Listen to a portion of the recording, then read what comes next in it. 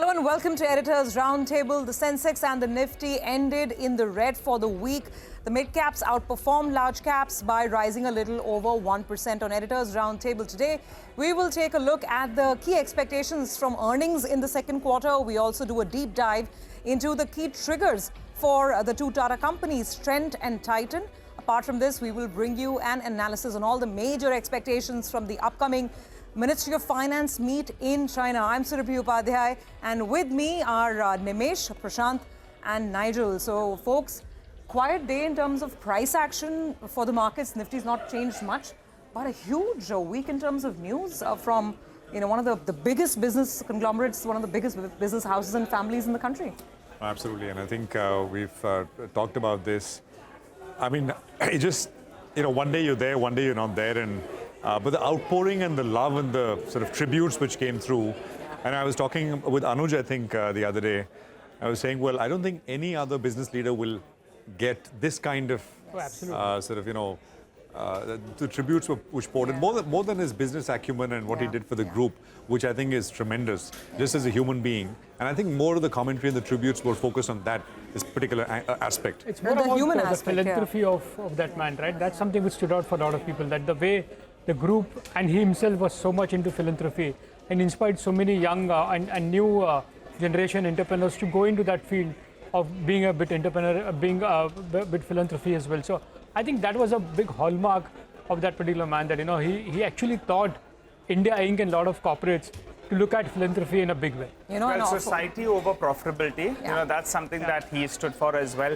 And he was very, very keen to take India to the globe. And, he marked India's ascension into the globe. And in certain ways, that ascension over, even over Britain. So business, well, a lot of debate with regard to the moves that were made, but the vision was clear. Take India to the globe, and society over any kind of profitability. Human capital was something that he really preserved. No, absolutely. And I'd say that, in personal experiences, while we talk about businesses and business leaders all the time, but a lot of friends and family, I've never seen before people talking about a business icon in such an emotional way. And we saw those scenes, the outpouring on the streets of the city as well. Exceptional person, a legend, and a life very well lived. And by the end of the week, we had the announcement also coming in, and now we know that it is Mr. Noel Tata who takes on the baton. And it was very interesting, like Shireen was pointing out, that this was, the trustees felt that this is what Mr. Ratan Tata would have wanted. Pick it up and move on, move ahead, and sort of keep the business going. I'll tell you, Surabhi, just to pick up on Nigel's point, just to go back to Mr. Tata, the point that he took India global. Yeah. I remember when the Chorus acquisition was made. I remember being sort of on air when it happened. Now, because so many Indian companies do foreign acquisitions all the time, it's not a big deal. But back in 2003, 4, 5, I mean, it was a big deal, and it was billions of dollars, and it was a iconic brand. I mean, so it was a different time and place, and so in that sense, absolutely, he is the one who really opened the gates. Absolutely. Unleash the animal spirit, so to speak. The phrase was coined later, but I think that was the moment when those animal spirits of India, its ambition, were actually, out there. So we'll, of course, talk about this. We'll talk about two Tata Group companies as well. Nigel's looked at a very interesting analysis between two of the major constituents on the Nifty. But before we get to that, just a quick summary of what the week was like on the street. So very quiet, like I said. Not too much changing on the indices. And if you thought that there'll be a big rebound in the Indian market this week, well, the bulls had to be disappointed. And three key reasons behind that. Number one, the China question remains unanswered. And we're walking into another weekend of uncertainty, not knowing if we'll indeed get this big bazooka stimulus. And Prashant will talk about that as we go forward. Number two, the uncertainty around earnings. The season is just about kicking off, and this is the first time in many, many quarters that we're going in with very subdued expectations. So are earnings really slowing down? Are more downgrades coming? That's another big question for the market as we sort of got through the week.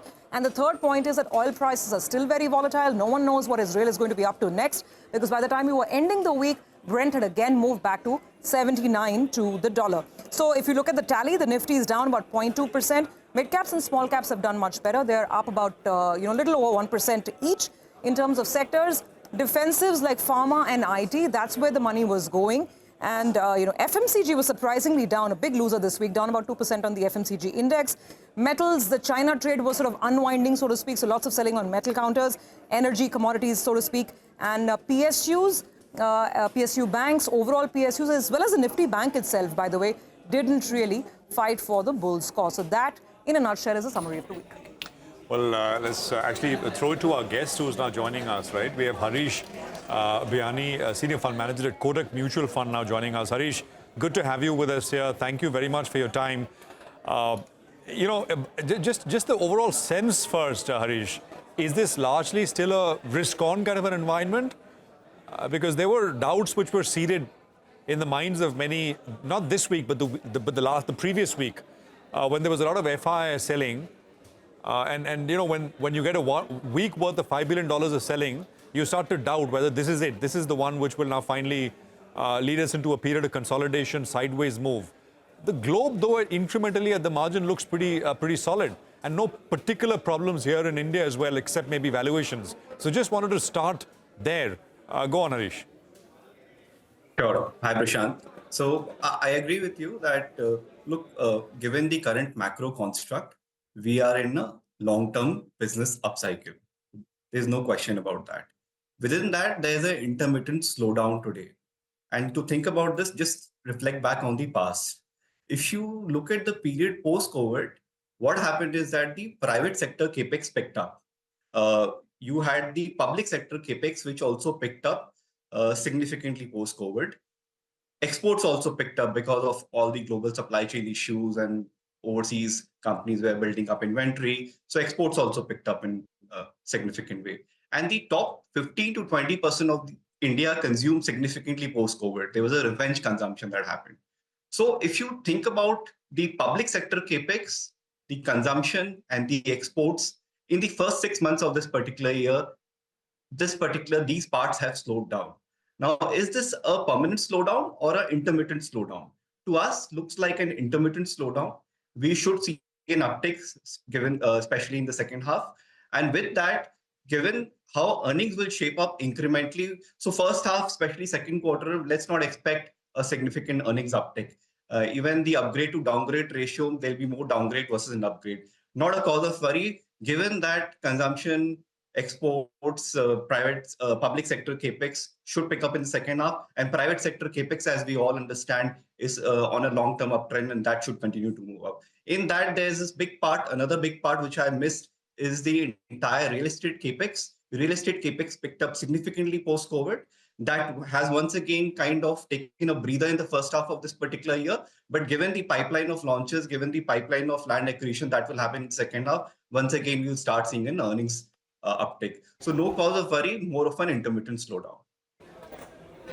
All right, well, Harish, we'll come back to you, but the market, we'll have to also look at earnings, right? Because we're going into it in full flow now. TCS reported, and there's been a bit of a disappointment. And it's not as if the earnings season is expectations are high. Actually, it's a low expectation quarter. Nimesh, you've looked at all the preview notes. Yes, Prashant. So it's a low expected quarter, but it's going to be a multi-quarter low in terms of earnings in quarter two. So that's the headline. In terms of revenue growth or maybe the net income growth, it's just going to be 2% YOY. Most of the brokerages have cut the EPS estimates for FY25 and FY26 by 4% and 3.5%. So that's a consensus from a brokerage point of view. I guess apart from the earnings, the festive season demand and the commentary around that would be very critical for a lot of sectors and companies in quarter two. So that's the overall picture. Now coming to the individual sectors, first is autos. A strong growth, revenue growth of 5% and EBITDA margins to improve by 60 basis points. So autos could be a sweet spot as far as earnings are concerned. Banks, that's going to be a big sector, right? Expectedly, muted PAT growth, even there is going to be a NIM decline of 10 to 20 basis points, but looks like it's priced in. For NBFCs, again, the disbursement and margins are going to be under pressure, but within the financials, it's going to be the MFIs which are going to have a big impact, and that's what need to be seen as to how MFIs report in quarter two. Within the consumer apparels, the leader has been trend, and looks like that momentum is going to continue. Street is anticipating a 56% top line growth YOY for trend even in quarter two. So that's a stock to watch from an earning perspective. Within the consumer staples, the street is anticipating a bit of uptick in the value growth across most companies. Even there's going to be and that's going to be largely led by pricing. But in that, watch out for Pidilite. That's likely to outperform all the other peers within the consumer staple names. The other big sector is going to be oil and gas. A lot of stocks have been buzzing around that, but from an earnings point of view, ONGC is expected to be weak. Oil India, you'll see a 4 to 5% increase in terms of volumes, but it's the downstream companies which are going to see an EBITDA impact or down of 40 to 50% on a YOY because of high base. So that's going to be having an impact on the OMCs. The other big sector is going to be specialty chemicals. Every quarter the hope is that there will be a revival, but even in quarter 2 the expectation is going to be quite muted. The demand is just not yet picked up, but the key in the specialty chemicals would be whether there is a further guidance cut by the companies for FY25. We already seen few companies like Aarti cutting down the guidance for full year. So that's guidance in the specialty chemicals is going to be the key. I was looking at a Citi report and they put out some interesting names which are going to be having a positive and negative surprises. According to the Citi note, in terms of positive surprises, watch out for Maruti, a very good number. The mix is going to have an impact on the margins positively. Trend we spoke about. Bank of Baroda within the PSUs, again against the consensus, Bob is expected to report very strong quarter this time around. HDFC AMC is a stock to watch within the financial stock. So again, is expected to have a very strong quarter in Q2 for HDFC AMC. And within the consumption names, Britannia is something which Citi expects will surprise positively as far as Q2 is concerned. In terms of negative surprises in quarter 2, individual names, Apollo Tyres is something which Citi believes high cost pressures are going to have an impact on the margins for Apollo Tyres. Titan is likely to disappoint within the consumption names there. Honasa is another name which Citi believes can disappoint because the trade channels lead to is indicating that the demand has been quite weak there. And the last is Sri Cement. Within the cement names, overall cement is expected to be weak, but Sri Cement expect a weaker EBITDA per ton on as far as volumes and price weaknesses. So these are the few surprises, both positive and negative. But the headline number, right? I haven't taken. Because Infi last quarter, if you remember, was the big positive surprise. Yeah. And stock moved up 7-8%. And this But time, Rima was telling us. I didn't took IT simply because we've done extensively. Rima spoke about it last week. And for Infosys, apart from earnings, it's the guidance up. So Rima was telling us that analysts are expecting them to up their guidance. Exactly. That's a hope. supposed to be better than TCS. And the strength in the counter is actually visible. It's just 1% away from 52-week high, and also the valuation gap at TCS has totally narrowed. So correct. the screen is telling you that the street is sensing something. Now they'll have to deliver. There's a build-up, exactly. In fact, speaking of expectation versus delivery, Harish, come in on this. We haven't seen a quarter of a single-digit earnings growth in a while now. But to be fair, to argue the market's also cooled off. From the high of 26,200, now we're at sub 25,000. So is this already priced in? Or if the earnings are as pedestrian as, mid-single digit, does the market have to correct more to match that reality? Right. So as stated that this will be an intermittent slowdown. There will be concerns which will emerge because of this slowdown that we will see in the second quarter of this particular fiscal year. But please recall that the third quarter is where there's a festive season, there's this wedding season where consumption should ideally pick up. Third quarter and fourth quarter is typically where government capex is higher. On average, 60% of the capex or the incremental sales for a lot of government-led companies comes in the second half of a particular fiscal year. So a lot of things will, and real estate is another significant part of capex that should start seeing an uptick in the second half of this particular year. So for a buyer of long-term equity like us, a second quarter which should be okayish, but where the downgrades will be higher versus an upgrades, should ideally give us an opportunity waiting for such a quarter. So you would buy the dip in that sense? We have our long list of names and we are hoping that those stocks correct because of intermittent slowdown, and we'll certainly be buyers in those specific names. Speaking of stocks, one of the names that Nimesh mentioned, which will probably disappoint, is Titan. And I know that we've got Nigel who's been looking at the differential between the way Titan is performing and the way Trent is just breaking through the, all kinds of ceilings, right? Well, that's right. I want to focus on the biggest winner and the biggest loser from the Nifty pack in this week itself. So let's go across and let's tell you. Well, the street seems that Titan had got into saris. Well, that was diversification. But Trent getting into lab-grown diamonds, they fear that there is cannibalization that could take place out there. Just looking at the screen, it appears the street would have preferred actually that Titan went the Senco way and launched lab-grown diamonds under the Titan brand itself. So they went ahead, they've launched the brand name, which is known as POM, in the West Side stores, and that was the big headline for the week. the bigger positive those for the industry, because suddenly you have a big conglomerate coming in there, throwing its hat in there, and also creating awareness about lab-grown diamonds. To give you a few details about the industry first, global size of the diamond industry is close to around $80 billion. Out of that, you have lab-grown that's close to around 20% of the effective market. In India, lab-grown diamonds are growing at around 15 to around 20%. You'll say, what about pricing? The price difference between a lab-grown diamond as well as a natural diamond could be anything between 60 to around 80%, I understand. So a lab-grown diamond is far cheaper in comparison to a natural diamond. But there are some perceived risk. I'm terming it as perceived risk because there are a couple of things that are not very, very clear. One factor was lab-grown diamonds, well, they corrected by close to 50% from the peak. So everyone was getting a little bit nervous. But natural diamonds also corrected close to around 30% from the recent peak. The other big question is, being Indian, you want to know what is the resale value. But maybe the counter argument is those that are buying diamonds, they're not really interested in the resale value. So there are a couple of question marks with regard to that. But those are perceived risks. However, we had a voice that joined us on the channel from Limelight, Pooja Madhavan. She said that price correction, well, it was not at the retail level. It was at the wholesale level. She also went on to clarify that actually there was not lack of demand. There was rationalization of profits, and that's why lab-grown prices had fallen down. But let's go to both these two stocks and what Kotak had to say. Kotak says, with regard to trend, that they have the potential to pioneer the broad-based adoption of lab-grown jewelry here in India. So that could be a big driver out there. And they're saying that they can see accelerated growth in the next around 2 years. They also go on to make an interesting point.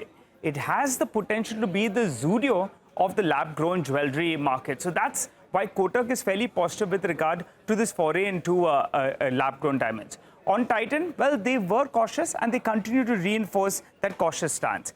But they're given a direct and indirect effect. On the direct side, they said that in fact it could pose a bit of a risk to a couple of their brands. You know, if you look at Carrot Lane, Mia, as well as some of their solitaires. So it could pose a risk to their studded part of their business, which is close to around 33% of their mix. So a third of the studded business could see some bit of a direct risk. The indirect risk could be the buyers could be in a state of flux. Should we be postponing our buying? That could be one factor which will weigh on diamonds. And also the other couple of factors is, you know, we didn't have them correcting their diamond prices as much as the industry, and competition is heating up as well. Finally, just want to pull out a couple of points with regard to the promoter holding. Well, the promoter holding in Titan is close to around 53%. But Tamil Nadu Industrial Development Corporation, they hold a larger chunk in comparison to the Tata Group. While in Trent, the Tata Group in the last few years, they went ahead, they issued some shares to themselves, and they increased their holding from around 33 to around 37%.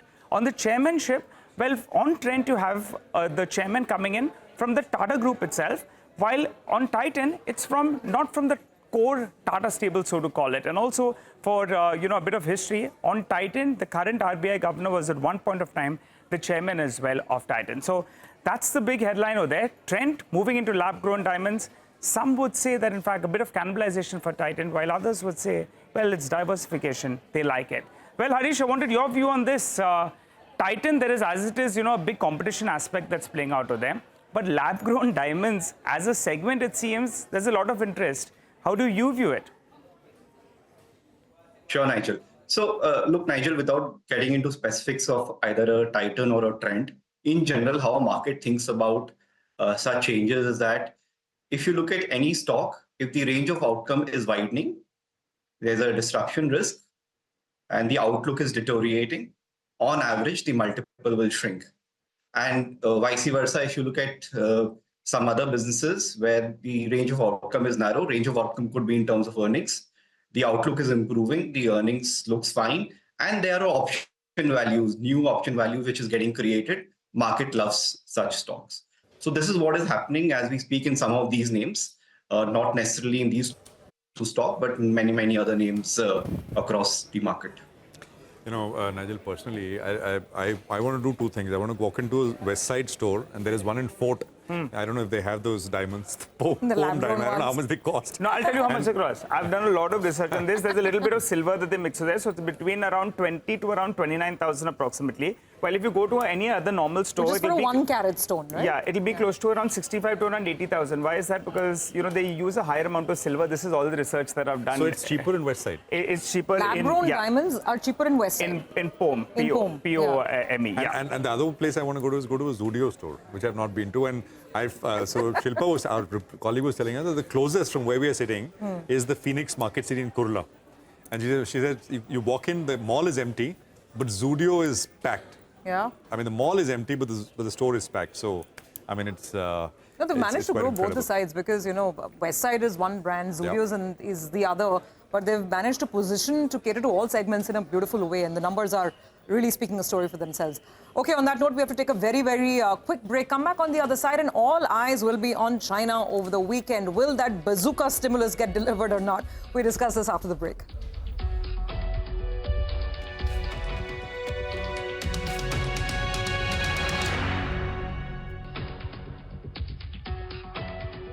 Okay, welcome back. You're with us here on Editors Roundtable. Let's actually look ahead now. We've been talking about, of course, what's happened this week and some of the big movers in terms of stocks. Markets are once again, so on Friday, the metals index went up sharply in an otherwise, sideways kind of market. And the reason is that the markets are fixating on what will come out of China. Now, the last time markets fixated on China, they got disappointed, big time, right? I mean, out of those holidays in China, there was that NDRC meeting, press conference, and nothing came, stocks fell, and that was a big disappointment. So the question is, will something come tomorrow? And the short answer in that sense is, if you are expecting a big headline number, bazooka number, which is what will excite markets, I think that perhaps one has to be a little careful about, because as we understand it, the Ministry of Finance, which is holding this press conference tomorrow, that is on Saturday, cannot announce a number, an expansion to the fiscal deficit, without another sort of organization, which is the NPC, and that meeting is only late October, later this month. So at best, what they can do tomorrow is essentially provide a guidance. Now, they may actually provide the guidance in such a way, because the authorities are also very aware that they don't want to let the markets to fizzle off completely and go into the dumps once again. So it may be that they provide a guidance which is enough for markets. We'll see. We'll have to see on Monday morning. But in any case, I think that'll be the big story, at least on Monday morning for the first couple of hours, depending on what comes out of China in that sense. Harish, I don't know if you want to weigh in here. I don't know if you're a fan of metals and commodities in general, but you do. But if you are, weigh in.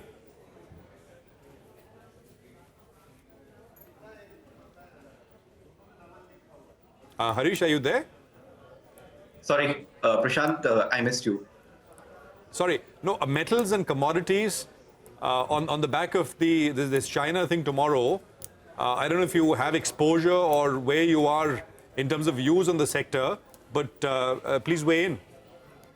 Okay, so Prashant, what will happen is that in terms of any bazooka that has been talked about, if something comes through, there is a technical change that will happen.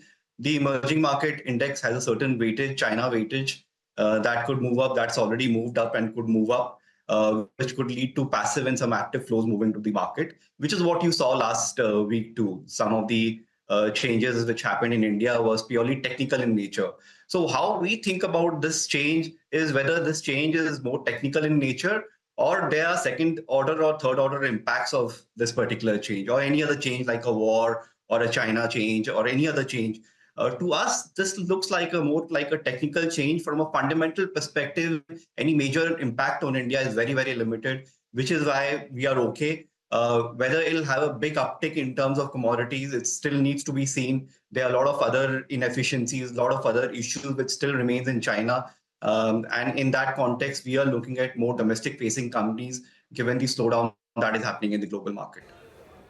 Okay, all right, Harish, we will have to leave it on that note for today's shorter conversation, but thank you very much for joining in with all of that perspective. Well, with that, it's a wrap from the entire team that puts this show together. We wish you a great weekend, and we'll be back on Monday morning with more in the markets. All the news and updates continue right here on CNBC TV 18.